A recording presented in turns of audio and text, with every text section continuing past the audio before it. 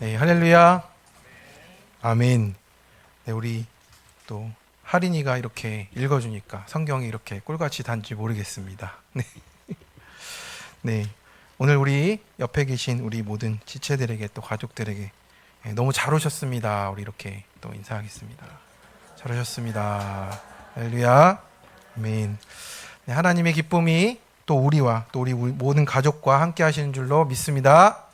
아멘. 네, 오늘은 특별히 우리 부르신 교회에 다 같이 이렇게 모든 세대가 모여서 함께 온 가족 예배로 이렇게 드리고 있습니다.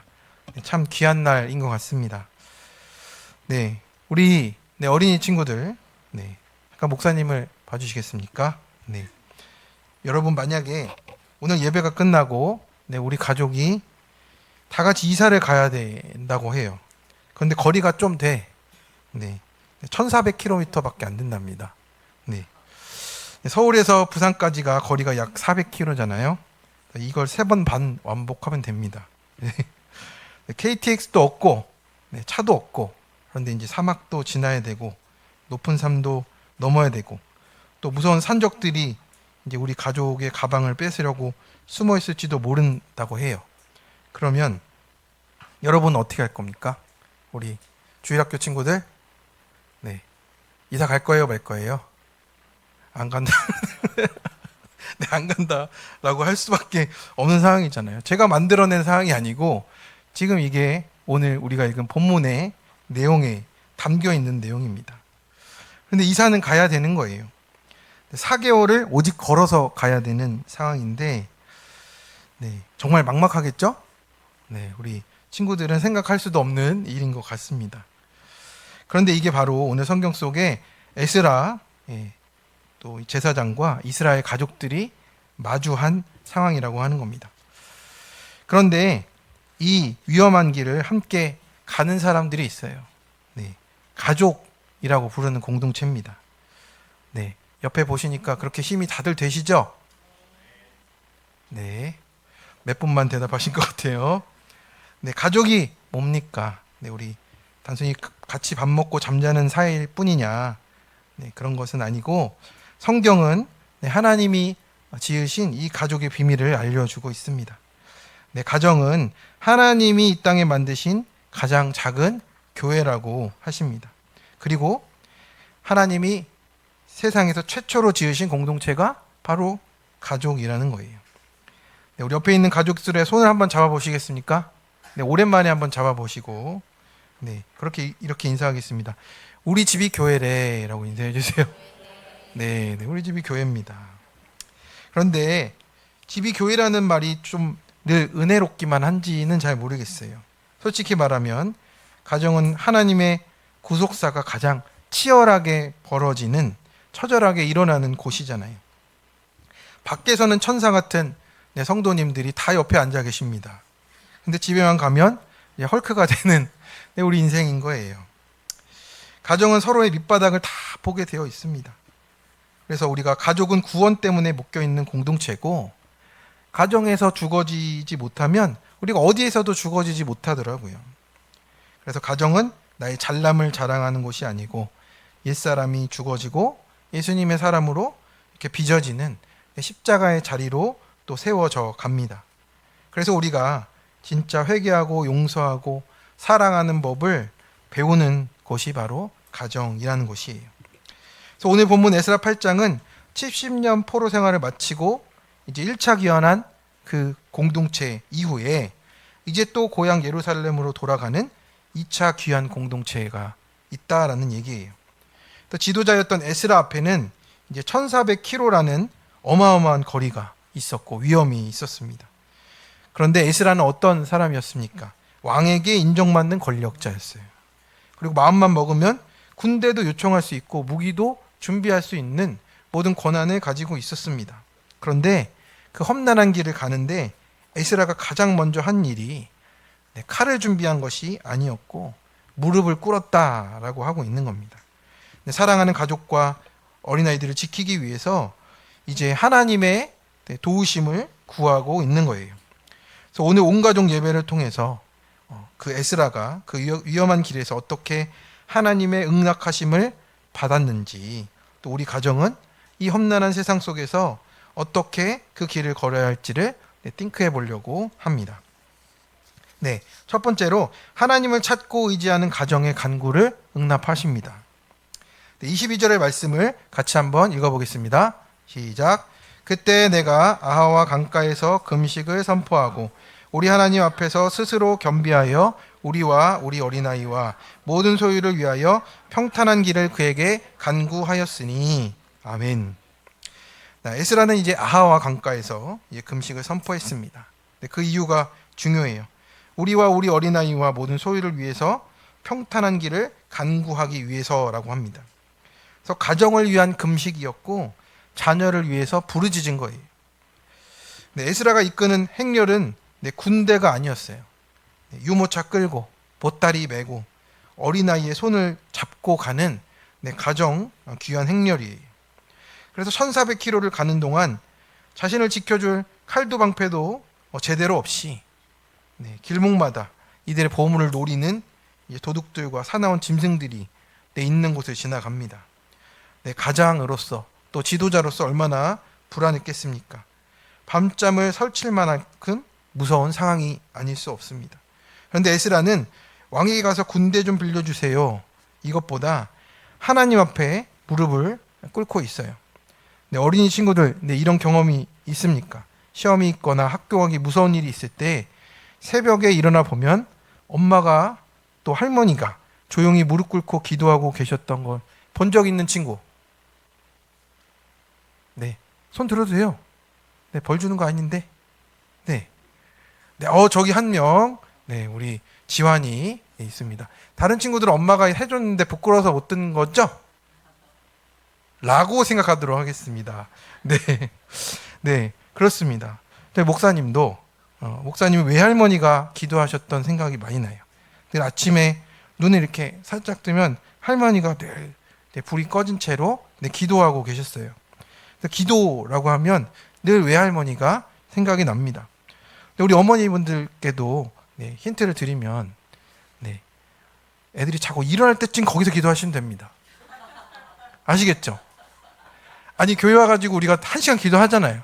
근데 티가 안 나는 거예요. 왜? 눈앞에서 모르니까 사람 보여줘야 됩니다. 교회 역사에서도 기도로 유명한 어머니가 있어요. 모니카잖아요. 그의 아들 어거스틴이 머리가 아주 좋았습니다. 근데 지독한 말썽꾸러기여서 사고를 많이 쳤죠. 하나님은 무시했고 자기 마음대로 살고 어머니의 속을 시꺼멓게 태웠습니다. 그런데 그 시간이 어느 정도냐면 장장 30년이나 그랬다라는 겁니다. 우리가 태어나서 어른이 될 때까지 엄마가 또 할머니가 그렇게 매일 울며 기도하는 은혜가 참 복이라고 느껴집니다. 사람들은 어거스틴을 포기하라고 할 정도였는데 모니카가 찾아갔던 그 신앙의 지도자를 통해서 걱정 말라고, 눈물로 기도하는 자식은 절대 망하지 않는다, 이런 권고를 듣고 계속해서 기도했습니다. 그래서 어거스틴은 어떤 사람이 됩니까? 기독교 역사 초기에 가장 중요한 신학자가 되었어요. 돌아와서 30년 만에 돌아와서 지금의 나를 만든 것이 지식도 능력도 아니고 오직 하나님과 오직 내 어머니라고 이렇게 말하고 있는 겁니다. 주일학교 친구들, 부모님이 가끔 잔소리하실 때 나를 미워하나 이런 생각이 들 때가 있죠? 저는 눈빛을 봤습니다. 그런데 아니라는 거예요. 잔소리보다 더 큰 것이 우리 친구들의 잠든 사이에 우리 부모님의 기도가 있고 또 눈물 어린 부르짖음이 있다라고 하는 겁니다. 그래서 그 기도와 부르짖음이 여러분이 학교에서 길이에서 또 어떤 상황에서든 안전하게 자라갈 수 있도록 지켜주는 진짜 방패인 줄로 믿습니다. 성도 여러분, 우리가 자녀를 위해서 무엇을 할 수 있겠습니까? 돈 들여서 좋은 학원 보내고 좋은 옷 입히고 좋은 폰 사주고 좋은 음식 먹이는 게 다냐고 할 수가 있겠느냐 이거죠. 정작 가장 중요한 것을 놓쳐서는 안 된다라는 겁니다. 하나님 앞에 자녀를 위해 부르짖고 기도로 맡기는 부모가 돼야 된다. 기도로 살아내는 부모가 돼야 된다라고 하는 거예요. 그래서 부모가 자녀를 위해 무릎 꿇고 운 만큼 자식이 세워진다라고 라고 하는 겁니다. 학원과 세상 노력으로 안 되고 기도한 만큼 된다라고 하시는 하나님의 말씀을 우리가 들어야 된다라는 거죠. 저도 요즘에 저희 아들 글씨와의 전쟁을 하고 있습니다. 네, 글씨 못 썼다고 이제 또 학원에서 뭐라고 하는 걸 들었대요. 그래서 저도 속이 상하더라고요. 저도 못 쓰지만 우리 아들은 못 쓰게 할 수 없다. 그래서 저도 하는데 자꾸 혼만 내는 저의 모습을 봅니다. 네, 저도 제 성질대로 하려는 것이고 제 본성대로 하려는 제 죄가 있는 것 같습니다. 근데 그렇게 되는 게 아니라 정말 눈물을 뿌리며 기도하고 또 안 돼도 또 같이 써보고 하는 이 과정 가운데 세워져 간다는 것을 저도 배워가고 있습니다. 우리 22절에 보면 에스라의 아주 솔직한 고백이 나옵니다. 에스라가 왜 금식을 선포하는지 한번 살펴보겠습니다. 22절의 말씀입니다. 시작. 이는 우리가 전에 왕에게 이르기를 우리 하나님의 손은 자기를 찾는 모든 자에게 배반하는 모든 자에게는 권능과 진노를 내리신다 하였으므로 길에서 적군을 막고 우리를 도울 보병과 마병을 왕에게 구하기를 부끄러워하였음이라. 아멘. 에스라가 부끄러워했다라고 합니다. 근데 무엇을 부끄러워했는가 보니까 하나님을 찾는다고 고백해 놓고 정작 위기가 닥치니까 생각나는 게 보병이 없어, 마병이 없어 였대요. 하나님을 믿는 믿음이 1도 없었다라는 것을 깨닫고 부끄러워한다라는 겁니다. 체면 때문이 아니었어요. 믿음이 없었다는 것을 부끄러워한 겁니다. 우린 체면 때문에 부끄러워하는데 믿음이 없는 나이기에 지금 회개하고 부끄러워하고 있는 겁니다. 우리 청소년 친구들 이런 적이 있잖아요. 평소에는 하나님 나를 사랑하셔 고백하는데 내가 어떤 게 잘 안 됐어. 또 시험이 내 마음대로 안 됐어. 그럼 하나님이 안 계신 것 같고 친구 관계가 어려우면 하나님 말고 다른 것부터 의지해야지 하면서 이렇게 속상한 마음으로 살아갈 때가 있습니다. 그런데 이것이 우리 청소년 친구들만의 문제가 아니에요. 여기 앉아 계신 부모님들도 마찬가지잖아요. 그렇죠? 네, 아닌 척하지 마시고. 네, 맞습니다. 실제로는 어떻습니까? 하나님 한 분이면 충분합니다 말은 하는데 네, 통장 잔고가 줄어들면 잠이 안 오고 주식 그래프와 승진 여부에 따라서 또 행복이 오르락내리락 하는 우리잖아요. 하나님보다 돈을 더 붙잡고 있고 하나님보다 자녀의 성적에 더 휘둘리는 우리 인생임을 보게 한다라는 겁니다. 오늘 본문에서 그래서 우리에게 던지는 에스라의 질문이 무엇입니까? 우리는 무엇을 부끄러워하며 살고 있느냐 이 뜻이에요. 남들보다 좋은 차를 못 타서 부끄럽냐? 남들보다 좋은 대학, 직장에 못 가서 부끄러운가? 에스라는요, 왕에게 군대를 요청할 수 있었어도 지금 그렇게 하지 않았습니다.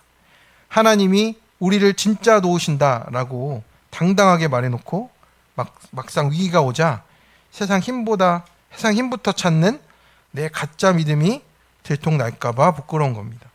네, 성도 여러분, 우리가 진짜 부끄러워야 될 것은 돈 없음이나 실패가 아니라 위기의 순간에도 하나님을 하나도 찾지 않는 내 믿음 없음임을 부끄러워할 줄로 믿습니다. 에스라는 1400km라는 막막한 길 앞에서 이 부끄러움을 싣고 한 걸음을 떼기 위해서 지금 결단하고 있는 겁니다. 네, 우리 옆에 있는 분에게 믿음의 첫 걸음을 뗍시다 이렇게 하겠습니다. 네, 부끄러워해야 됩니다. 저도 신대원 갈 때 그 한 걸음이 안 떼어지더라고요. 그 마지막 그 걱정의 제목이 뭔지 아십니까? 새벽기도 계속해야 될까봐 한 걸음이 안 떼어졌습니다.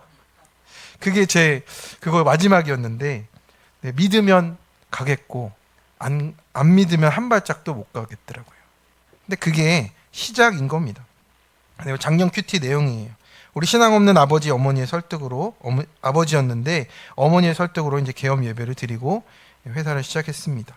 IMF 위기 속에서 회사를 지켜주셨는데 이제 직원들이 퇴사할 위기가 다가오자 이제 아들인 이 집사님이 아버지 회사에 입사했습니다. 회사를 살리고 능력을 인정받고자 야근하고 내게 주신 자리라고 믿고 능력과 경험이 없으니 하나님께만 지혜를 구했대요.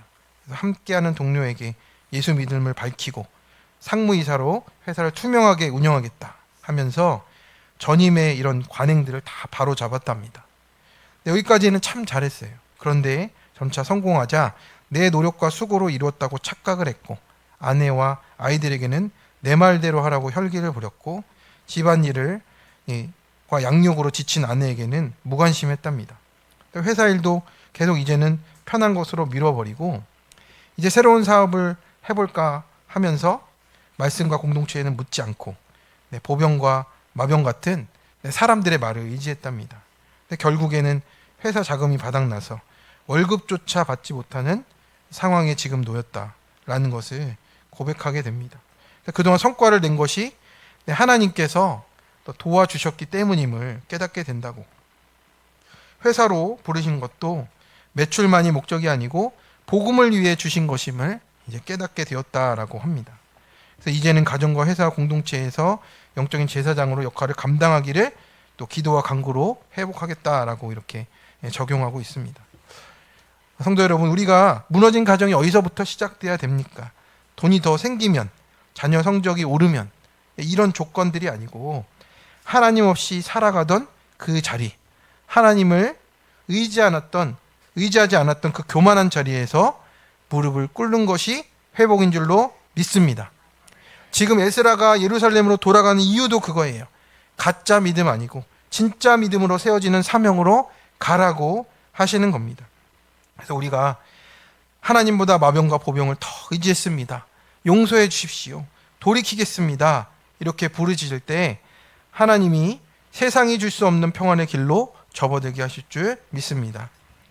우리 23절의 말씀을 한번 같이 읽어보겠습니다. 시작. 그러므로 우리가 이를 위하여 금식하며 우리 하나님께 간구하였더니 그의 응답하심을 입었느니라. 아멘. 네, 할렐루야. 그 응답하심을 입었다라고 우리에게 말씀하고 있습니다. 하나님이 그래 내가 너희의 아버지가 되어주겠다, 내가 너희의 길을 책임지겠다, 오늘 이렇게 우리에게 확답을 주셨다라고 하시는 것입니다. 그래서 우리가 세상 의지하던 마음을 내려놓고 하나님께 예스라는 응답을 받아 누리는 우리 모든 가정 되시기에 축원합니다. 적용 질문입니다. 하나님께서 우리 가족의 어떤 부분을 회복해 가기를 원하십니까? 우리 가족이 하나님보다 더 의지하고 있는 마병과 보병은 무엇입니까? 하나님 의지하지 못해 부끄럽습니까? 세상 것이 없어 부끄럽습니까? 자녀를 위해 간절히 부르짖고 기도한 때는 언제입니까? 그런데 지금 그 자리에 무엇이 대신 들어와 있습니까? 네, 두 번째입니다. 성전을 위해 각각 달란트와 그릇을 맡겨 세우십니다. 네, 우리 24절 25절의 말씀을 같이 읽어보겠습니다. 그때에 내가 제사장의 그의 형제 10명을 따로 세우고 그들에게 왕과 모사들과 방백들과 또 그곳에 있는 이스라엘 무리가 우리 하나님의 성전을 위해 드린 은과 금과 그릇들을 달아서 주었으니. 아멘. 에스라는 그 후에 12명의 지도자를 세웠습니다. 이제 성전을 위해서 은과 금과 그릇, 보물들을 맡겼죠. 근데 26절, 27절에 보니까 그 양이 어마어마합니다. 은이 650달란트, 금이 100달란트, 1000다릭 무게의 금잔이 20개, 빛나는 녹그릇이 2개. 네, 전혀 감이 안 오시죠? 네, 그럴 줄 알고 감이 와야 은혜가 옵니다. 네, 은이 22톤이에요. 네, 300억 이상입니다. 금은 3.4톤. 지금 금값 급등했죠? 4천억 이상입니다. 금잔 20개입니다. 네, 10억 이상이에요. 합계가 4,500 이상입니다. 네, 은혜가 오십니까? 네, 감이 오신 것 같아요. 에스라는 이것들을 그냥 대충 넘겨주지 않았습니다. 아주 정밀하게 무게를 측정해서 각 사람에게 정확히 나누어서 맡겼습니다. 이 에스라가 맡은 보물을 오늘 것으로 환산하면 약 4,500억 되잖아요. 엄청난 액수인데 군대도 없이 이 보물을 들고 넉 달 길을 걸어가는 겁니다. 왜 금식하며 기도할 수밖에 없었겠습니까? 가정도 있고 이 하나님의 것을 맡아 가기 때문에 그렇습니다. 하지만 이 에스라는 이 액수보다 하나님의 성전에 쓰일 거룩한 성물이기에 더 집중하고 붙들고 가는 겁니다. 이 말은 무엇입니까? 바로 우리 가정이 바로 수천억 원의 가치보다 더 귀한 자녀라는 보물, 또 배우자라는 보물, 우리 가족이라는 보물이라는 뜻입니다. 우리가 하나님이 맡기신 이 귀한 보물들을 세상의 도둑의 세속의 가치와 중독과 미움으로부터 지키기 위해서 깨어 기도해야 된다라고 하는 겁니다. 이것이 우리 가정에 주시는 첫 번째 메시지가 되는 거예요. 그래서 하나님은 우리 가족 한 사람 한 사람에게 감당할 수 있는 정확한 무게의 사명을 맡기신 겁니다. 우리가 보면 금그릇도 있고 은그릇도 있고 놋그릇도 있습니다. 그런데 이 모든 것들은 하나님 안에서 다 쓰여지는 거예요. 높고 낮음이 없다라고 하시는 겁니다. 우리 가정도 똑같아요. 어떤 아빠는 금그릇처럼 돈을 많이 벌어오고 어떤 아빠는 놋그릇처럼 몸으로 힘들게 일하는 분도 있어요. 어떤 아이는 공부를 잘하는 금그릇 같고 어떤 아이는 조금 느린데 마음이 따뜻한 놋그릇도 있다라는 거예요. 중요한 것은 무엇입니까? 에스라가 무게를 달아 맡긴 것처럼 우리에게 맡기신 그 무게를 그 무게만큼 충성했는지를 보신다라는 거예요. 마태복음 25장의 달란트 비유에서는 어떻습니까? 5달란트, 2달란트 남긴 사람 다 똑같이 칭찬하셨고요. 분량이 아니라 충성이 기준이라고 말씀하십니다. 우리 청소년 친구들 어떻습니까? 옆집 누구는 전교 1등 했다더라. 이런 말을 들으면 어떻습니까? 어른들도 그렇습니다. 친구 남편은 이랬다더라. 승진했다더라. 누구네 집은 아파트를 샀다더라. 이 비교가 뭡니까? 사단이 우리에게 던지는 가장 무서운 폭탄인 거예요. 남의 그런 무게를 왜 잽니까? 네, 힘드신데. 그거 재지 마시고 하나님이 나에게 달아서 맡겨주신 내 그릇을 귀하게 여기는 은혜가 있기를 축복합니다. 감사가 사라지면 성전이 아니라 전쟁터라는 것을 우리가 너무나 잘 압니다. 우리 청소년 부모님 간증이에요. 딸이 감기에 입원해서 집으로 돌아왔는데 힘든 딸의 마음을 품어주기보다 어떻게 하면 학교에 나갈까만 걱정했대요. 학교에 얼굴이라도 비치면 좋겠다. 제 마음과도 비슷한 것 같아요. 글씨 조금이라도 잘 쓰면 좋겠다 이런 마음 같은데 이것으로는 되지 않는다는 거예요. 결국 숙려제를 쓰고 주말 알바를 하게 했고 딸도 자신만 뒤처진다 생각하며 하나님께 기도했는데 속았다고 이렇게 울부짖었답니다. 아무 말도 할 수 없는 그 자리에서 저와 딸이 하나님 앞에 겸비하고 눈물로 기도할 수밖에 없었습니다. 그러던 중에 이 딸이 극단적 시도를 해서 119에 실려가기도 했는데 그 마음이 무너질 때마다 말씀을 붙잡게 하시고 사랑과 방법이 아니라 하나님께 길을 묻게 하셨다라고 합니다. 이 상황을 소그룹에 나누며 함께 기도받고 상담과 치료를 받으면서 지금 지내고 있다라고 합니다. 우리는 하나님은 딸의 마음을 빨리 고쳐야 될 문제라고 여기는데 이 집사님은 이제는 그게 아니라 정성껏 하나님께 맡기고 지켜야 될 성물로 보게 되었다라고 이렇게 고백하게 되었습니다. 그래서 결과를 재촉해서 불안을 해결하려 했던 교만한 엄마의 모습을 내 모습으로 회개한다고 아침 저녁으로 꼭 안 해주겠다고 이렇게 간증하는 내용이었어요. 참 우리가 많이 들어야 될 말이죠, 그죠? 우리는 빨리빨리가 참 입에 붙었는데 그 딸을 위해서 거룩한 성물로 보게 하시는 거잖아요. 그래서 가정은요 이렇게 구속사가 치열하게 일어나는 곳이다. 구원 때문에 묶어주셨다라는 뜻입니다. 그래서 우리 가정에서 나를 가장 힘들게 하는 사람이 누구냐? 마음속으로 화살표를 보내셨나요? 네, 그런 분이 계십니다. 그런데 구속사적인 눈으로 보면 어떻습니까? 바로 하나님이 나를 거룩하게 만드시기 위해서 내 손에 맡겨주시고 붙여주신 가장 귀한 그릇이라고 하십니다. 내 혈기를 죽이고 교만을 꺾으려고 하나님이 무게를 달아서 나에게 붙여주신 사명이라고 말씀하는 거예요. 그래서 가정 안에서 우리 역할이 무엇입니까? 아빠는 예수님이 교회를 사랑하시듯 가족을 사랑하는 그릇이고 엄마는 가정의 평화를 가져오는 그릇이고 자녀는 부모님께 순종하며 기쁨을 드리는 그릇이고 형제 자매는 서로 사랑하며 싸우지 않는 그릇이라는 겁니다. 내 그릇이 작아도 괜찮고 내 죄보다 회개로 깨끗하게 자기 그릇이 쓰여지면 하나님의 성전이 세워지는 줄로 믿습니다. 아멘. 적용 질문입니다. 내게 맡겨주신 달란트는 무엇입니까? 그것으로 가족들을 섬기며 가정의 성전을 짓습니까? 우리 가정에서 가장 어려운 사람은 누굽니까? 그 가족이 나의 거룩을 위해 수고하는 것을 바라봅니까? 볼 때마다 원망합니까? 남과 비교하는 것이 아니라 회개하는 깨끗한 그릇으로 매일 가정과 삶 속에서 쓰여집니까? 네. 세 번째입니다. 하나님의 성물인 가정을 거룩하게 삼가 지키라 명하십니다. 네, 우리 28절과 29절을 같이 읽어보겠습니다. 시작.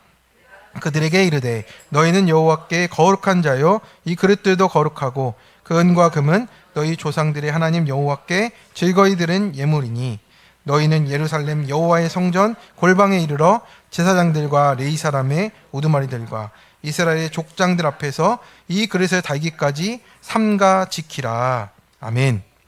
여기서 가장 중요한 단어는 거룩과 삼가 지키라예요. 그러니까 에스라는 먼저 보물을 맡은 자들에게 중요한 선언을 했죠. 너희는 여호와께 거룩한 자요 이 그릇들도 거룩하다라고 했습니다. 보물만이 아니라 보물을 맡은 너희도 거룩하다라고 한 겁니다. 하나님은 물건만이 아니고요. 그 물건을 다루는 사람의 거룩을 보신다라고 하시는 겁니다. 우리가 박물관에 가면 아주 비싼 보석이나 도자기가 유리관 안에 들어있잖아요. 거기 뭐라고 써 있습니까? 만지지 마세요입니다. 너무 귀해서 함부로 만지면 안 된다라는 거예요. 우리 가정도 하나님이 이렇게 지켜가시기 원하시는 성물이라고 하시는 거예요. 에스라 29절에는 또 삼가 지키라고 했습니다. 삼가라는 이 원어의 뜻은 조심조심 아주 정성을 다해서라고 그렇게 지켜가야 하는 것이라고 말하는 겁니다. 유리컵을 다루듯이 정말 조심조심 다뤄서 그 가정이 지켜져 가도록 해야 된다라는 뜻입니다. 그래서 하나님이 거룩하게 구별하신 성물이라고 거룩한 것이라고 말씀을 합니다. 그래서 결혼도 어떤 것입니까? 너무나 소중한 하나님이 맺어주신 언약이에요. 그러니까 가정의 회복을 늘 얘기할 때 어디서부터 시작해 듣는 겁니까? 이 시점부터예요. 하나님이 맺어주셨다부터 시작을 해야 됩니다. 그거를 놓치니까 결혼을 다 뭐라고 생각해요? 네, 뭘 가져왔느냐? 네가 가지고 있는 게 뭐냐? 이 가정의 한계 뭐냐? 라고 계속 세우는 거잖아요. 근데 하나님은 그렇게 맺어주신 적이 없습니다. 우리가 하나님 안에서 가족으로 맺어주셨다라는 거예요. 그래서 에베소서 5장 31, 32절은 뭐라고 합니까? 이러므로 사람이 부모를 떠나 그의 아내와 합하여 그들이 한 육체가 됐지니 이 비밀이 크도다. 나는 그리스도와 교회에 대하여 말하노라 라고 했습니다. 그래서 이 결혼이 그리스도와 교회의 비밀처럼 아주 중요한 가정의 비밀이라고 하는 것입니다. 또한 어떻습니까? 부모와 자녀의 관계도 하나님 아버지와 우리와의 관계를 보여주는 거룩한 그림이라고 하는 거예요. 그래서 에스라는 삼가 지키라고 우리에게 명령하고 있는 거예요. 거룩한 것을 함부로 다루지 말라고 하는 겁니다. 그런데 우리가 세상에서 가장 함부로 대하는 사람이 누굽니까? 네, 바로 가족이잖아요. 밖에서는 친절한데 집에서는 폭군이 되는 겁니다. 속담이 거꾸로 돼야 되는 거예요. 밖에서는 괜찮은 바가지 안에서 새고 있는 겁니다. 가정에서 거룩을 지키지 못하면 어디에서도 거룩하지 못해요. 네, 우리 한번 하나님께서 거룩한 성물을 지키도록 우리에게 말씀하신 것을 살펴보겠습니다. 에베소서 5장 22절과 25절 같이 읽어보겠습니다. 시작. 아내들이여 자기 남편에게 복종하기를 주께 하듯 하라. 남편들아 아내 사랑하기를 그리스도께서 교회를 사랑하시고 그 교회를 위하여 자신을 주신 같이 하라. 아멘. 네, 아멘입니까? 네, 상대 거 보고 아멘하지 마시고 내 거 보고 아멘하세요. 네, 부부 설문 내용을 좀 보도록 하겠습니다. 우리가 한 주 동안 했었잖아요. 네, 잠깐 보겠습니다. 네, 우리 부부가요 가장 자주 하는 말은 어떤 것이었냐면 고마워가 67%였답니다. 네, 우리 서로에게 박수 한번 하겠습니다. 어우, 고마워를 많이 하십니다. 네. 근데 왜 그래 바빠? 16% 있습니다. 사랑해가 없어. 사랑해를 하셔야 됩니다. 사랑해 좀 하세요. 두 번째, 우리 부부의 분위기는 긴장감이 있다가 50%예요. 어떤 긴장감인지, 어떻게 살고 계신 겁니까? 대체, 따뜻함이 30% 있어서 좀 다행인데, 긴장감이 50%라고 해서, 저에게 기도 제목들 보내주시기 바랍니다. 자, 세 번째, 갈등이 생기면 대화로 50%. 그 다음에 나머지는 시간 싸움 회피가 동률이에요. 대화로 푸시는데, 그 대화의 내용은 제가 듣지 못해서 어떤 내용인지 확인해야 되겠고요. 자, 그 다음에 미안해, 고마워가 이제 어떤 대화 중에서 50%와 50%들을 차지하고 있습니다. 그래서 가끔이 그 다음인데 그래도 대화의 건강의 지표니까 미안해, 고마워를 꼭 하시기를 바랍니다. 그리고 그 다음에 하나님이 부부간에 회복시키시기 원하시는 부분은 뭐냐? 신앙이라는 부분은 이제 당연한 것 같고, 소통과 관계가 있어요. 우리가 소통과 관계가 좀 어렵구나. 이런 부분을 좀 살펴보시기를 또 바랍니다. 그래서 안아들여 복종하라, 남편들아 사랑하라, 이 말씀은 권력 싸움이 아니고 내가 나에게 적용해야 되는 말씀입니다. 남편은 머리로 군림하겠다가 아니고 예수님이 머리가 되셔서 우리가 예수님이 교회를 위해 죽으신 것처럼 가정을 위해서 먼저 죽는 자리, 십자가의 자리에 있다라고 합니다. 아내는 그 희생을 보고 주님께 하듯 존경으로 응답하라고. 그런데 우리가 이것은 역할에 대한 순종이에요. 그 사람이 10점짜리 적용했으니까 나는 10점만 하겠다가 아니고 서로 100% 하나님께 적용하시기를 바랍니다. 그래서 배우자는 나를 거룩하게 만드는 하나님이 붙여주신 최고의 처방약이다. 이것이 하나님의 뜻입니다.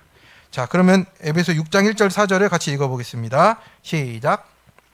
자녀들아, 주 안에서 너희 부모에게 순종하라. 이것이 옳으니라. 내 아버지와 어머니를 공경하라. 이것이 약속 있는 첫 계명이니. 또 아비들아, 너희 자녀를 노엽게 하지 말고 오직 주의 교훈과 훈계로 양육하라. 아멘. 이제 우리 가정에는 부모와 자녀가 있잖아요. 우리 가족의 설문의 내용을 좀 보겠습니다. 첫 번째로는 가정에서 많이 듣는 말이 뭔지 봤더니 자녀들은 사랑해와 괜찮다래요. 퍼센테이지가 또 이제 43%씩 됩니다. 부모님은 사랑해 다음에 이제 빨리 해요. 저 빨간 게 빨리 해입니다. 33%나 되는데 사랑에 50% 있어서 그래도 좀 이렇게 견뎌가는 것 같습니다. 두 번째입니다. 대화 내용이 다르게 들려요. 부모님은 들어준다가 83%라고 얘기하는데 자녀들은 뭐라고요? 58%만 들어준다였고 해결과 내 마음을 모른다가 좀 더 커요. 그래서 지금 그 서로 대화의 퀄리티의 차이가 있는 것 같아요. 좀 더 들어주시는 적용이 필요한 것 같습니다. 세 번째로는 미안하다에 대한 내용입니다. 우리 집에서 미안해 많이 듣니? 했더니 자녀가 거의 없다가 43%가 있어요. 근데 부모님은 많이 했다라고 해요. 누구의 말이 맞는 걸까요? 듣는 사람에게 맞춰야 됩니다. 아멘? 네, 아멘입니다. 자, 그 다음 거. 부모님께 서운한 점 뭐냐? 이렇게 했습니다. 그랬더니 자녀는 관심 부족이 67%. 뼈가 아픕니다. 그죠? 자녀에게 어떻게 하는지 봤더니 감정 반응이 50% 나온답니다. 부모님들. 그래서 감정 좀 빼시고, 관심이 부족했구나. 이거를 좀 봐주시고, 그 다음 거. 자녀들이 좋아하는 부모님, 믿어주는 부모님 57%를 원하고 있습니다. 아무래도 뒤에서 지켜봐야 되긴 하겠죠. 그런데 믿어달라라고 하는 거고요. 우리 부모님들 보니까 대화하고 또 설득하고 또 화내는 것이 적당하게 333, 3대3으로 다 되고 있습니다. 우리 이렇게 살펴보니까 우리 가정들의 모습을 좀 객관적으로 보게 되는 것 같더라고요. 그래서 부모님들도 자녀가 내 소유가 아니다라는 것을 인정하고 노엽게 하지 말도록 기분을 맞추라는 게 아니라 혈기로 대하지 말아라. 혈기로 영혼 상하게까지 대하지 말아라 라는 거예요. 자녀들은 뭐라고 했죠? 우리 친구들 부모를 공경하라 라고 했습니다. 그래서 하나님이 약속 있는 첫 계명이에요. 부모님을 공경하는 자에게 잘되고 땅에서 장수하는 하나님의 약속이 있는 줄을 믿습니다. 아멘. 우리 오늘 이 가족들에 대한 내용을 우리 말씀으로 한번 같이 살펴봤습니다. 우리의 진짜 실제적인 모습도 봤고요. 그래서 에스라가 이 가정의 거룩을 지켜가도록 어떻게 했습니까? 그 보물을 예루살렘 성전 골방에 도착할 때까지 무게대로 다 지켜갔습니다. 그래서 우리도 여전한 방식으로 큐티하고 매일매일의 책임과 무게를 또 다하며 살아가는 것이 우리가 걸어가야 될 길인 줄로 믿습니다. 그래서 무엇보다 우리 가정의 예배들을 지켜가시고 큐티들을 지켜가셔서 함께 말씀 펴고 서로의 죄를 고백하고 회개할 때 우리 가정에 깨진 모든 유리 조각들이 예수님의 보혈로 붙여지고 회복될 줄로 믿습니다. 그래서 우리가 거창하게 거룩을 지키는 것이 아니고 화날 때 한 번 더 참고 잘못했을 때 미안하다 말하고 고마울 때 고맙다 말하는 것이 거룩이고 회복의 시작이라고 믿습니다. 그래서 오늘 우리가 주님 앞에 서는 날 맡겨주신 우리 가족들 주님 삼가 지키다가 여기 무게대로 다 데려왔습니다. 이렇게 고백하며 나아갈 수 있는 거룩한 공동체가 되시기에 주님의 이름으로 축원합니다. 네, 적용 질문입니다. 내가 배우자에게 함부로 던진 말 한마디는 무엇입니까? 내가 자녀를 노엽게 한 말과 행동은 무엇입니까? 이번 주에 부모님 공경하지 않는 말과 행동은 무엇입니까? 네, 지금 서로의 손을 잡고 사과의 말을 해보시겠습니까? 네, 하나님의 성물인 가정의 성전을 짓기 위해 예배와 큐티로 삼가 지키시겠습니까? 아멘. 네, 우리 이 시간에 우리 찬양하면서 우리 감사와 축복의 시간을 좀 가지겠습니다. 네, 우리 가족별로 좀 앉도록 제가 말씀드렸죠. 네, 그래서 우리 함께 먼저 찬양하고 함께 기도하는 시간을 갖도록 하겠습니다.